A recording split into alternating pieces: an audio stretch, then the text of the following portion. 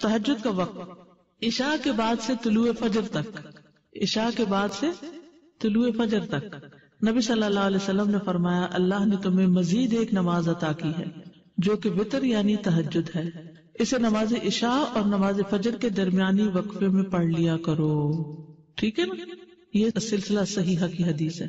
کب سے کب تک ہے تہجد کا وقت؟ عشاء کے بعد سے فجر تک. اٹھنے کا بہترین وقت مسند احمد کی روایت ہے، ابو مسلم سے روایت ہے کہ میں نے ابو ذر رضی اللہ عنہ سے پوچھا رات کے کس حصے میں قیام کرنا سب سے افضل ہے؟ ابو ذر رضی اللہ عنہ نے کہا میں نے بھی رسول اللہ صلی اللہ علیہ وسلم سے اسی طرح سوال کیا تھا جس طرح تم نے مجھ سے کیا.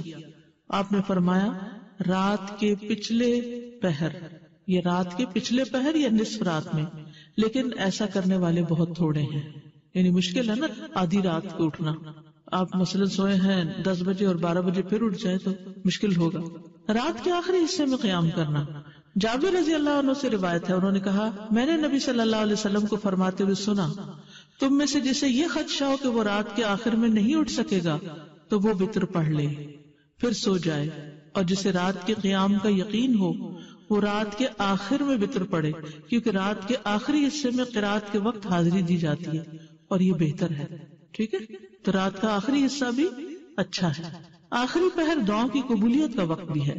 عمرو بن عبسہ سے مرفوعاً روایت ہے کہ رات کی نماز 2 رکعت ہے اور رات کے آخری حصے میں دعا سب سے زیادہ قبول ہوتی ہے. رات کے آخری حصے میں دعا سب سے زیادہ قبول ہوتی ہے.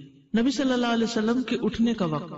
مسروق سے روایت انہوں نے کہا میں نے عائشہ رضی اللہ عنہا سے پوچھا کہ نبی صلی اللہ علیہ وسلم کو سب سے زیادہ کون سا عمل پسند تھا؟ انہوں نے فرمایا وہ عمل جو ہمیشہ ہوتا رہے. میں نے کہا آپ رات کو کب اٹھتے تھے؟ انہوں نے فرمایا جب مرغ کی آواز سنتے تو اٹھ جاتے. اب دیکھیے اس کو گھڑیاں نہیں تھی لیکن اللہ نے نیچرلی یعنی کہ ایک وقت تہجد کا جو تھا اس میں مرغ اذان دیتا ہے تو وہ بھی ایک الارم کی طرح ہے. آپ کو پتہ ہے کراچی کا تو کچھ نہ پوچھے، اس لیے کہ فرسٹ ٹائم کراچی میں میرے ساتھ یہ ایکسپیرینس ہوا کہ رات کے وقت کبے بول رہے، رات کے وقت کبے بول رہے تھے. یہ فرسٹ ٹائم میں نے دیکھا تو میں نے کہا یہ کیا ہوا ہے؟ یعنی میں پریشان ہو گئی جب شروع میں گئی وہاں، یہ کیا ہو رہا ہے. پھر مجھے سمجھ میں آیا کہ یہاں کراچی میں تو ساری رات ٹریفک چل رہی ہوتی ہے اور لوگ جاگ رہے ہوتے ہیں. کراچی میں لوگ رات کو زیادہ جاگتے ہیں تو وہ پھر کبھی بھی جاگنے لگے. کھانا ملتا ہے، بالکل کھانا بھی ملتا ہے. آپ دیکھیں ریسٹورینٹس کے باہر وہ پرندے اڑ کے رات کے وقت آ کے بیٹھ کے جاتے ہیں کیونکہ دن کو وہ سب بند پڑا ہوتا ہے بیچارے. ان کا رزق بھی رات کو کھلتا ہے. ان کا یعنی کہ وہ سارا سسٹم ڈسٹرب ہو چکا ہے. جیسے انسان ڈسٹرب ہو گئے تو پرندے بھی ڈسٹرب ہو گئے. حضرت عائشہ سے روایت فرماتی ہیں آپ صلی اللہ علیہ وسلم شروع رات میں سوتے اور آخر رات میں بیدار ہو کر تہجد کی نماز پڑھتے. نبی صلی اللہ علیہ وسلم کا نصف رات کو اٹھنا، آدھی رات کو، یہ وہ حضرت ابن عباس والی روایت ہے جس میں ابن عباس آپ صلی اللہ علیہ وسلم کے گھر میں آ کر رکے تھے اور پھر جب آدھی رات گزر گئی تو آپ بیدار ہو کر تہجد پڑھنے لگے. نبی صلی اللہ علیہ وسلم کا سحری سے قبل نماز سے فارغ ہونا.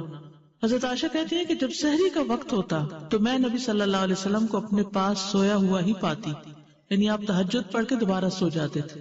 حضرت عائشہ سے روایت بیان کرتی ہیں کہ بلا شبہ اللہ عز و جل رسول اللہ صلی اللہ علیہ وسلم کو رات میں جگا دیتے، چنانچہ صبح نہ ہو پاتی کہ آپ اپنے معمول کی عبادت سے فارغ ہو چکے ہوتے تھے.